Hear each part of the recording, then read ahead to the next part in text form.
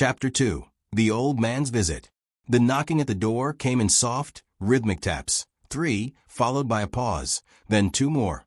David stood up abruptly, his chair scraping against the floor, the sudden noise jarring him back to the present. The voice, the pressure, it was gone. But that didn't mean the battle was over. Not by a long shot. He opened the door to find Pastor Elijah standing there, his familiar face creased with the lines of age and wisdom, his eyes filled with the kind of peace that David could only envy.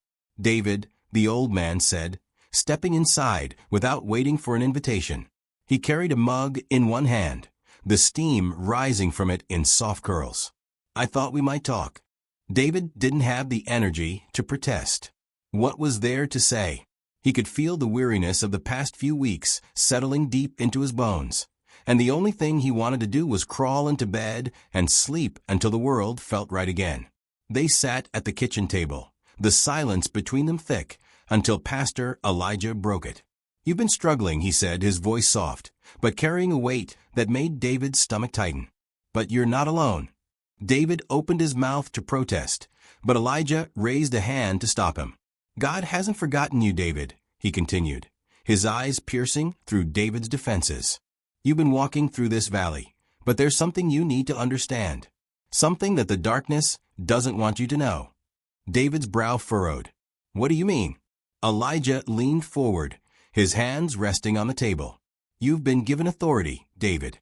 Not because of who you are, but because of who Christ is. The enemy will always try to convince you that you're powerless, that your prayers are worthless. But that's a lie. Your authority is not your own, it's Christ's."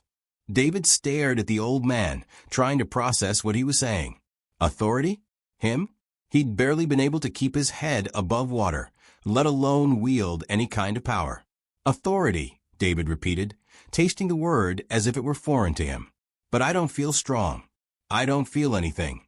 Pastor Elijah smiled, the corners of his eyes crinkling.